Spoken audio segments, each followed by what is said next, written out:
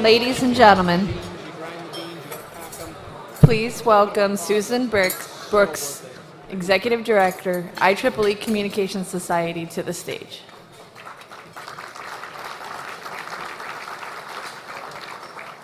Thank you. Vertically challenged here, so I have to pull the mics down. So I won't ask you if you've had a great lunch because many of you are still eating, but please keep enjoying your lunch. It's my pleasure this afternoon to introduce our speaker, Ms. Barbara Borgonovi, and I've been practicing too. Barbara leads the Integrated Communication Systems mission area at Raytheon Space and Airborne Systems with 2017 sales of $25 billion. She is the 2017 Gold Stevie Award winner as Most Innovative Woman of the Year in Manufacturing. Ladies and gentlemen, please join me in welcoming Barbara to the stage.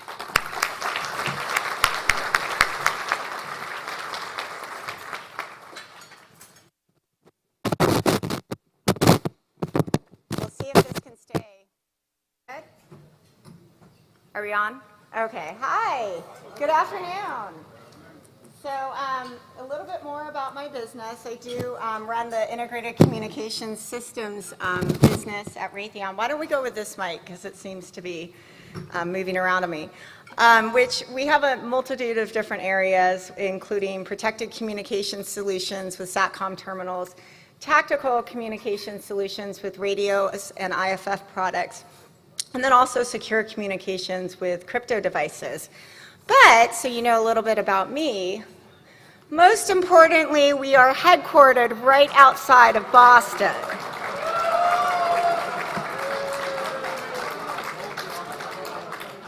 Thank you. And for those that are Dodgers fans, we are very sorry for your loss again. All right, so first I want to say a big thank you to all that have organized this Milcom event. Very much want to say thank you to General Wood and General Shea, also IEEE, AFCIA, and the technical committee and board for organizing us here. Take a look first around the room. There's so many people here today that have a multitude of experiences from academia through industry into commercial technologies. So if you haven't made introductions at your table, I'll chalk that up to you being very hungry and ready to eat, but please do so, because what I'm going to try to do today is speak to you about what we need to focus on to advance our military network, but more importantly, what we need to do in industry to change so that we can have shared success. And I'm hoping that after my discussion today, it will cause engagement and dialogue across the groups at the table. So we work in one of the most dynamic and demanding technological fields within the defense sector, answering communication challenges across every domain for the United States and our allies. That innovation in air, land, sea, space, and cyber contributes as much to our advantage on the battlefield as any weapon system does. The network is both our most critical enabler and greatest vulnerability. The fact is, all information age military capabilities are becoming dependent on the network. So I want to talk a little bit about the threat, and I know that General Crawford spoke to some of this yesterday as well. But today's threat is not just defined by traditional metrics. It's not going to be defined by the number of ships, count in armies, number of tanks, and it's not defined by geography or distance. All those things, of course, still matter, but we are challenged by some state and non-state actors. They can simply tap on an app on a phone screen and cause disruption to our network and deny a critical strength that really we've taken for granted up until this point. We're moving towards a future where non-kinetic operations will determine our success or failure as much, if not more, than any individual platform can. Because modern combat isn't just on the battlefield, it really is across all domains. And the immediacy, reach, and consequences of these types of threats can not only impact one particular engagement, but could potentially have catastrophic consequences globally. Recently, at another ASCIA event at TechNet, Brigadier General Pete Gallagher spoke to us, and he's leading the Army's Network Modernization CFT. He remarked that in his 33 years as a Signal Corps officer, the Army has never had the network it needed. So take a moment and think about how remarkable of a statement that is, and how fortunate it is that our adversaries up to this point have not been able to threaten the network as they can today.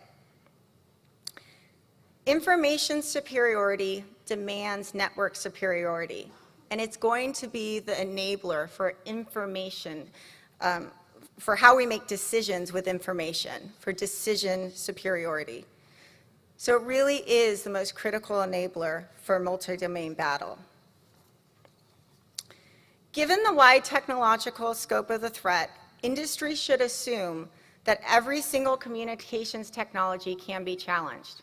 So no matter what you work on here in this audience, radios, spaceborne assets, computer terminals, everything, we need to be considering that. And we must consider that it shouldn't just be protected, it must also constantly stay ahead of emerging threats and enter the battle with unrivaled resilience. And so with all that, that means that both the government and industry need to change how we approach our acquisitions. So a little bit of history to start with. As we engage with our customers and future requirements, we do need to recognize that the traditional model did work in the past and in the context of its time. Historically, much of the defense industry procurement cycle resided in a space where at the far end, we measured it in decades, and in the short end, we measured it in years. That model did work at a time when threats evolved more predictably than today. So first example, using the GPS satellite network program, it began in 1973. It deployed its first satellite in 1978 and became fully operational in 1995. That's 22 years from the start to full capability. And that worked at the context of the time. Today, I think you all would agree that we can't think of a world without access to reliable GPS. I know that would have been difficult for me driving through LA. So we all are looking for that access at the same time, not just our military. But we've also had some challenges with this model. So we'll use the Bradley as an example there. It arrived in the Army's inventory in the 1980s, but the requirements were actually defined in the 50s. And I think we can all agree, as a general rule, if Hollywood makes a movie lampooning your acquisition process, like they did with the Pentagon Wars, it probably could have been done better. But the Bradley was developed and fielded in the time of the Cold War, and arguably it was never needed before it was actually fielded. And it really has been a great platform for the U.S. Army for 3 decades. The problem today is that we no longer have the luxury of time and space to develop the capabilities that we need, that the predictability of the Cold War provided us. Our government, customers, and allies are engaged around the world every day, and the pace of technological change is rapid and beyond what we've seen in recent years. So another example is armed unmanned airborne systems. The first was used by the U.S. in 2002, so just 16 years ago. At that time, in 2002, there were only 167 total UASs in the U.S. Department of Defense inventory. Now, there are over 20,000. So the first generation of drone operators are starting to reach retirement, and you almost can't even imagine operations by our military that don't involve drones to some extent. So let's look at other items in that same 16-year period. We've seen 131 different versions and updates to iTunes, and I'm sure by the time I get back to my phone, it will tell me that I have another update to make. We've seen the invention of social media bridge our geographical world. I think we lost, oh, no, it's just changing, we're good. And with the release of the iPhone 11 years ago, we now have over 2.3 billion phones across the world in use. And these phones are not just devices to connect our family or friends. They're not just to check the score of the Red Sox game. They can also be sensors and potential weapons, and that's something that we have to keep in mind. And imagine ourselves purchasing a smartphone where the design is 5 years old, even 5 years old. So we really need to be thinking about how we develop and how we change so that our customers can acquire capabilities that are current. So what is the government doing to change? They're actually doing a lot. They really do get it, and they are changing to meet this new reality. And General Crawford touched on some of these points yesterday in his remarks. The Army activated Futures Command in July 2018, and they realigned the existing force and assumed responsibility for the 8 cross-functional teams that are going to deliver on the 6 modernization priorities. It really is the largest organizational change since the end of the Vietnam War.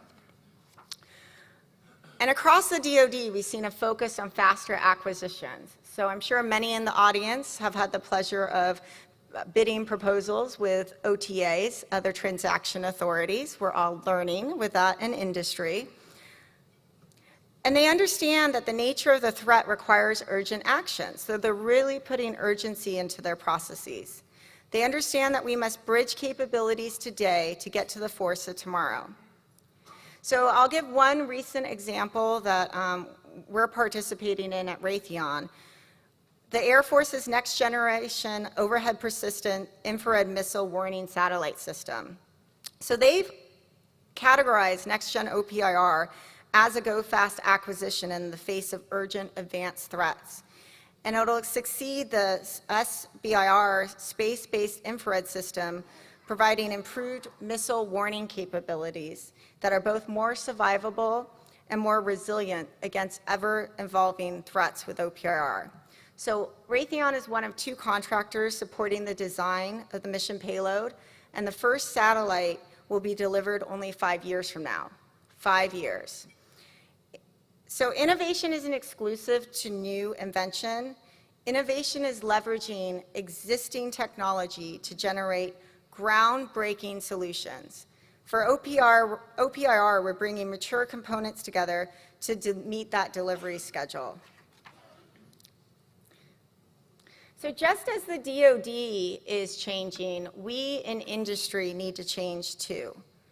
We need to understand that while the traditional acquisition model that built the US militaries and its allies into the world's most advanced militaries may still have a place on large, more ambitious platform programs, it's certainly not what we expect for network development.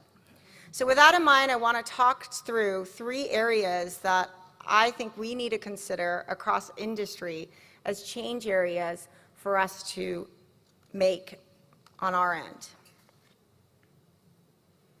So the first one is collaborating outside our comfort zone. We need to get past the not invented here syndrome and recognize that no single person or company has a monopoly on good ideas. We have to listen to the warrant officers and sergeants as much as we do the generals if we hope to understand what they need to do their jobs. We must leverage the innovative spirit of startup firms and the expertise of academia and institutional research labs. So the startups and tech incubators across the country, and there's numerous examples of them, 1871 in Chicago, here in Pasadena, Idea Lab, they're all more agile and less bureaucratic than traditional large primes.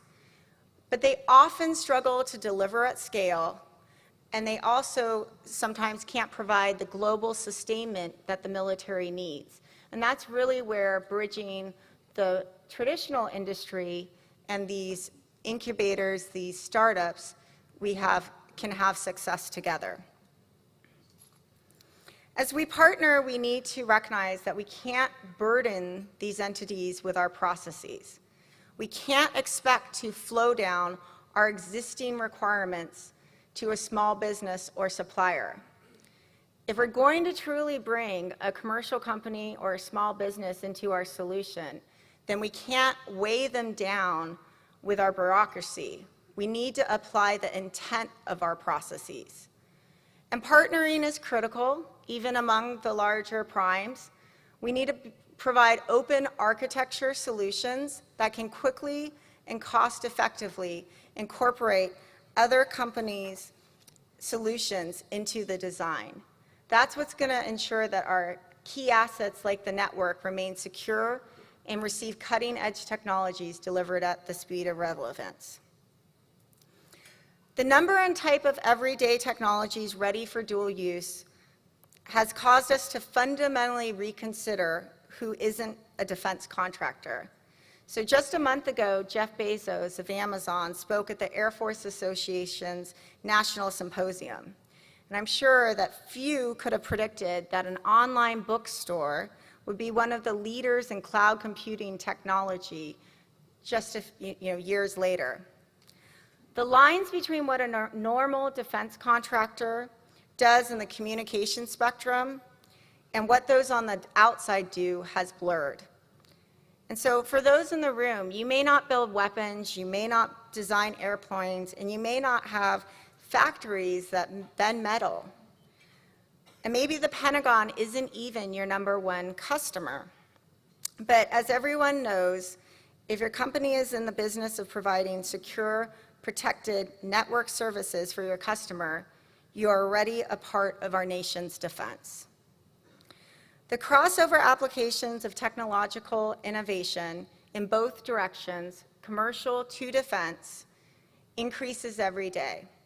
While much of what we do is exclusive to military products that have transitioned to commercial uses, it's not all that way.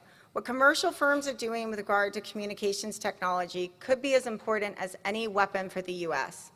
Ability to maintain its advantage over adversaries. So it's incumbent upon each of us to help bring these technological solutions forward and to support the next generation of military network. So the second item I want to talk about is the talent imperative, and we actually were having some of this discussion at our table at lunch. So the good news is we all need talent right now. The job market is strong. But we have to change how we identify, retain, and hire our talent. So for years we've heard about the challenge in STEM, that we don't have enough college students that are going to study science, technology, engineering, or math. And that's absolutely true. But we've made good progress. From 2000 to 2014, there's been a 53% increase in students studying STEM degrees. And amongst the industry partners, Raytheon and others, we have really made a significant effort in supporting STEM education across all levels of education, from elementary school all the way through postgraduate studies. But as the numbers improve, we have to look at how we're going to attract talent into our workforce differently. We need to identify talent earlier by considering places beyond the usual universities. We need to challenge our own assumptions about the next generation of workers. This is a generation that firmly believes that they can do anything. And honestly, most of them have yet to be proven wrong. So we cannot approach this generation like we have previous generations. Most of them have studied having textbooks on iPads, and they're much more comfortable being collaborative learners. We need to recognize that they have been inspired from the outset to make a difference and convince them that the work they do does just that.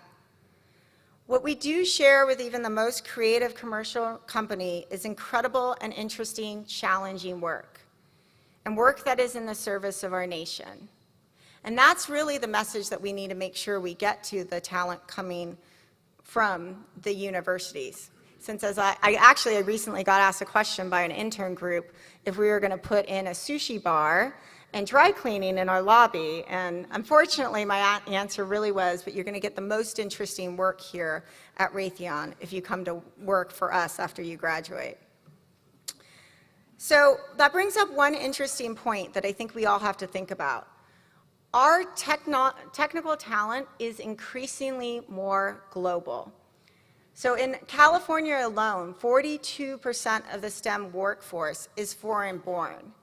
And so I would ask, both from industry and the government, how we're going to reconsider access to that talent, and how can we get better about using global talent across all of our programs.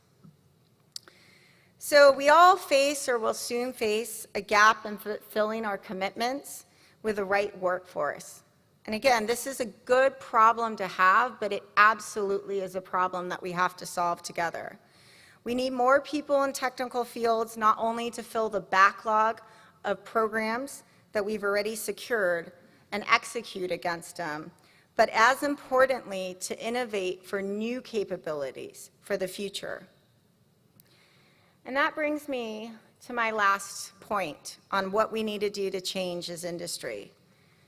Because once we have the talent and we can figure out how to retain that talent, really the best way to keep them is to give them engaging, interesting work. And we have to have the right company cultures to support that. We need to constantly be challenging our employees with tough problems. And that demands an innovative spirit. And innovation is precisely what our customers need from us right now. But the problem is that so many of us, especially the larger industry primes, are risk averse. So in that same address to AFA, Jeff Bezos talked about maintaining an innovative culture and how innovation requires experimentation. Experimentation really needs to have the opportunity to result in failure. Because if you're just experimenting with guaranteed success, is it an experiment at all? So I'd ask that you ask that question as you're thinking through the work that you're performing in your companies. If you're experimenting and it's a confirmation exercise, is that the right intent of your experiments? The commercial world looks at failure as a growth opportunity. It's how they learn. Culturally, we need to figure out how we can change our risk profile. And we need to we can't simply deliver new products and get them to TRL 7 faster by tweaking our processes. We need to be as focused on how we change our products and develop our products as how we change our processes. We also need better and more frequent communication across all the organizations that are represented here today with our government customers. We clearly need to do that to ensure fairness of process, but we have to do that to find the solutions that we need to jointly secure. Getting to a technological solution into the field early is no longer a luxury. It's a necessity. We in the defense industry need to embrace what is taken for granted in the commercial sector, where speed is inherently built into every solution. So with that, I want to pose some questions for discussion. This is where I hope that for the remainder of our time here at MILCOM, some of these questions will help engage dialogue across the group.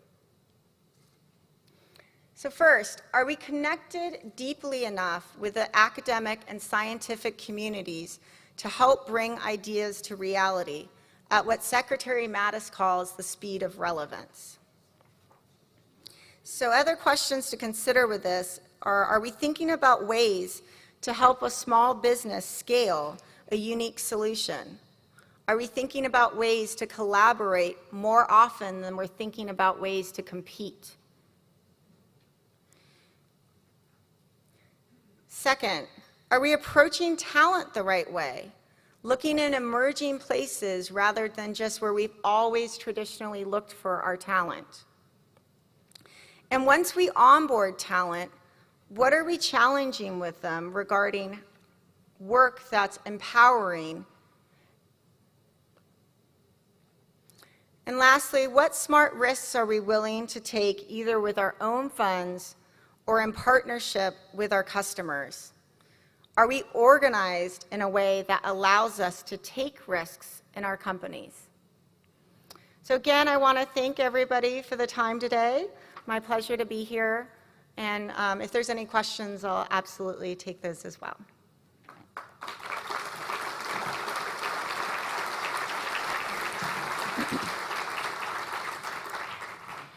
Ma'am, General Crawford spoke of embedded sensors with industry and academia to get earlier notice on technical achievements and research breakthroughs.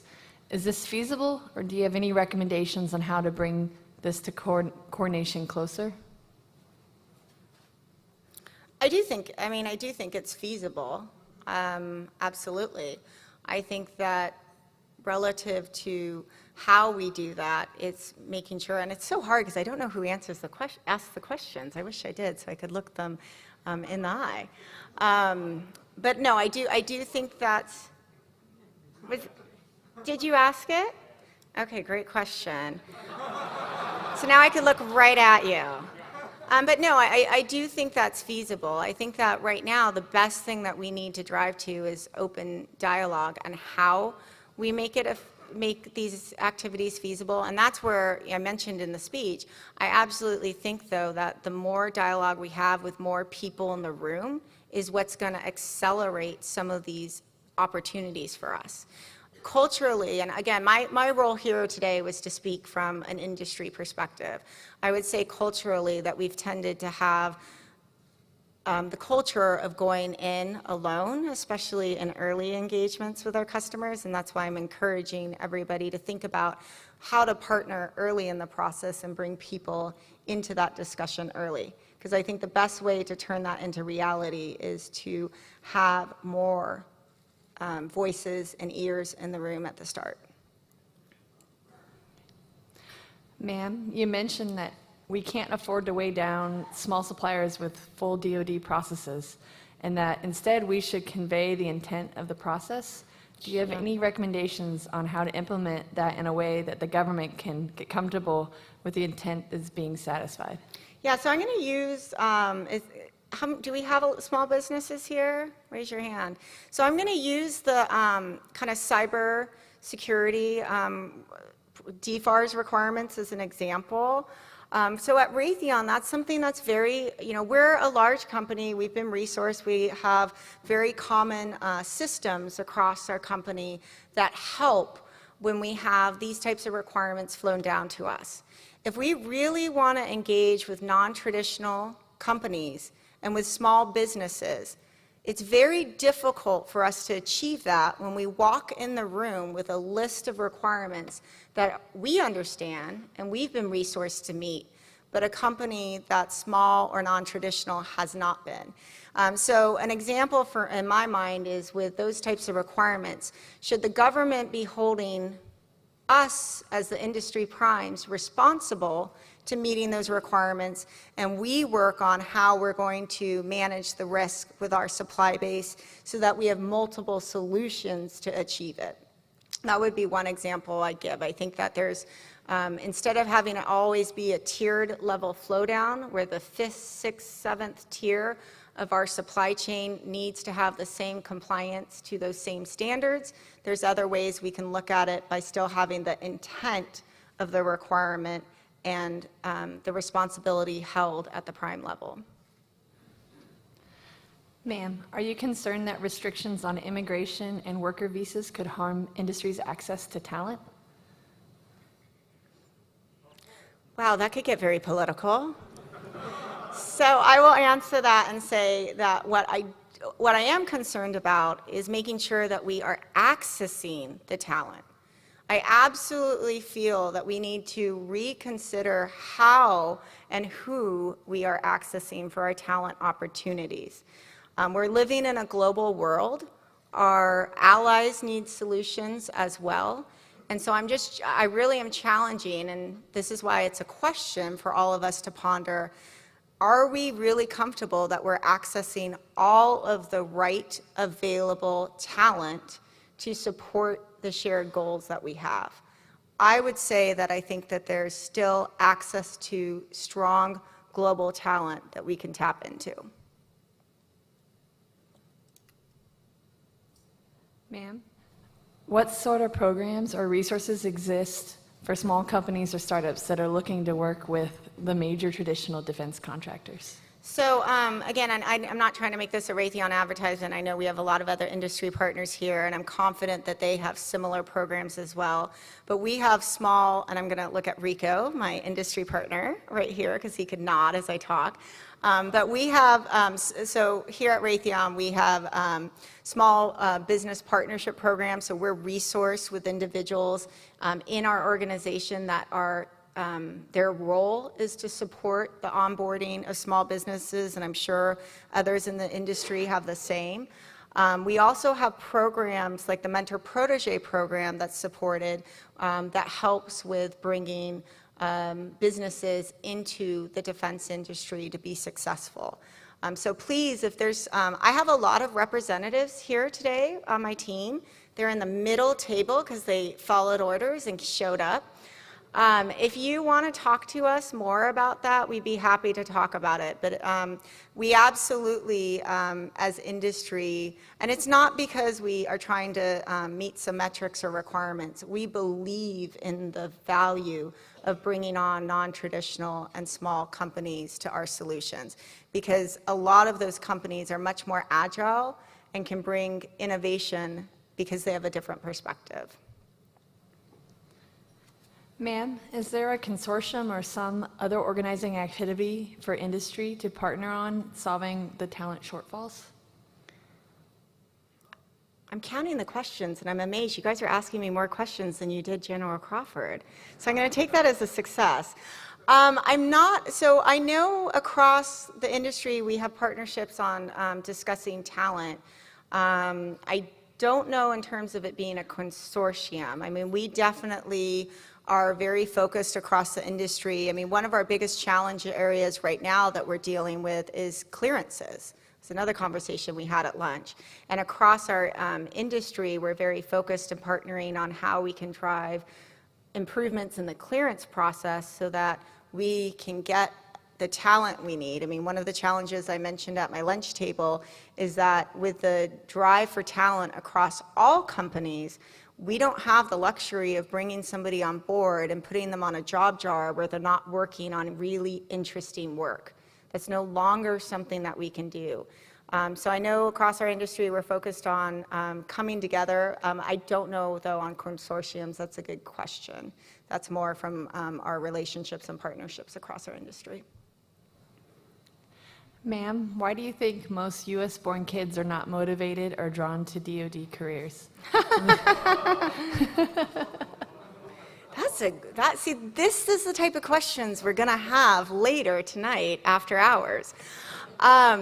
So I think that there is sometimes a misperception of what we're working on. And I think that's going to continue to change. If we're successful, if we really commit to this shared vision that our customers have on driving technology faster, that will change. Because I think sometimes the folks that haven't worked in our industry before look at it and say, you're working on older technology. Maybe, you're working, it's definitely there's no Segways being driven around the hallways. It's not as, glamorous and fun. I think that the more that we're able to bring commercial technologies into our industry, the more we're able to accelerate innovation, and the more that we embrace that it's not always going to be done right, and failure is acceptable at times, I think that'll change. I think we'll change the perception, and I think that we're going to see a lot more interested candidates earlier in their academic careers wanting to come work for us.